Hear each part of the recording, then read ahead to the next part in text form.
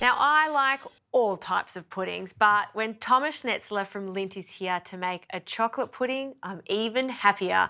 Yummo, it's my lucky day. It is your lucky day. It's chocolate pudding day. Yum. This is actually called a Budino. Budino is just the Italian word for chocolate pudding, but this brings so many childhood memories for me, so it's absolutely delicious. So we're using 70% cocoa for this particular pudding? Correct, for this recipe, but that's the cool thing with this recipe, so you can easily change this to mint or even chili or a flavoured one, but 70% nice and big, strong flavours. Okay, so if I could get you to chop half of that block for me, so it doesn't need to be too small or fine, it just sort of go melt in the hot mixture.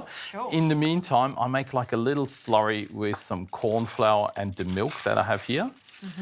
And then get the rest of the milk on. So we mix this, but really the actual thickening of the pudding will be done by this little bit of corn flour, and of course the chocolate will actually settle in a lot as well. And this is a little trick that you've shown me. When you're chopping up your chocolate, a serrated knife works so much better. That's right. It really does. It just cuts those nice little shards much nicer, I think.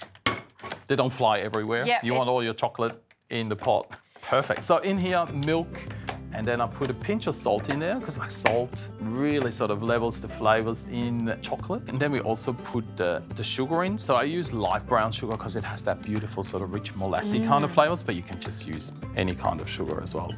All in. And then we just bring this to the boil.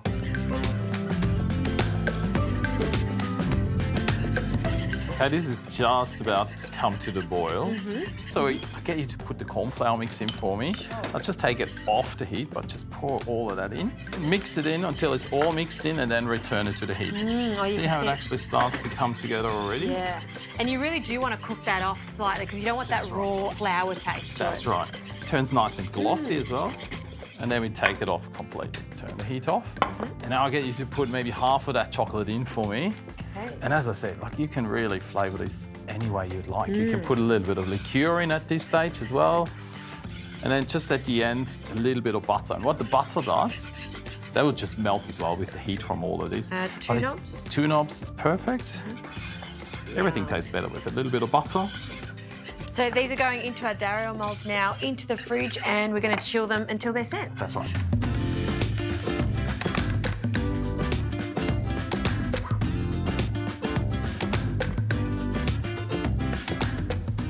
Thomas, these have firmed up nicely. Beautiful, aren't they? Yes. So really easy, just gently pull them away from the side. Okay. And then like a panna cotta on the plate, there you go. Look at that. You can serve this with anything, but mango and chocolate is absolutely decadent together. So beautiful little bit of mango sauce just over the top. Yeah, I like the colour contrast Good colour there. contrast, no? And mango and chocolate, to be honest, I never think to match them together, but why not? That's right. Like it's sort of refreshing as well. It sort of brings it all together. But then we can take it up a notch as well. Chili and chocolate, chili and mango, absolutely brilliant together. So just a little sprinkle of some chili flakes on top. And then, of course, I am the chocolate man, so I always top it with a little bit more chocolate. So I just shaved a little bit of chocolate here from the block just with the back of a knife. Easy. 70% again. This is 70% excellence. There we go. That's an artwork. Would you like to try some of this? Oh, if I have to, sure. There we go. Get a bit of everything. Okay. Nice and silky. So silky. And look at that, just a little wobble there. So good. It's like it hits you with the chocolate and then that delicious smooth mango, sweet mango, and then a pop of chili. It's so good. Forget about panna cotta. It's all about the Italian pudding.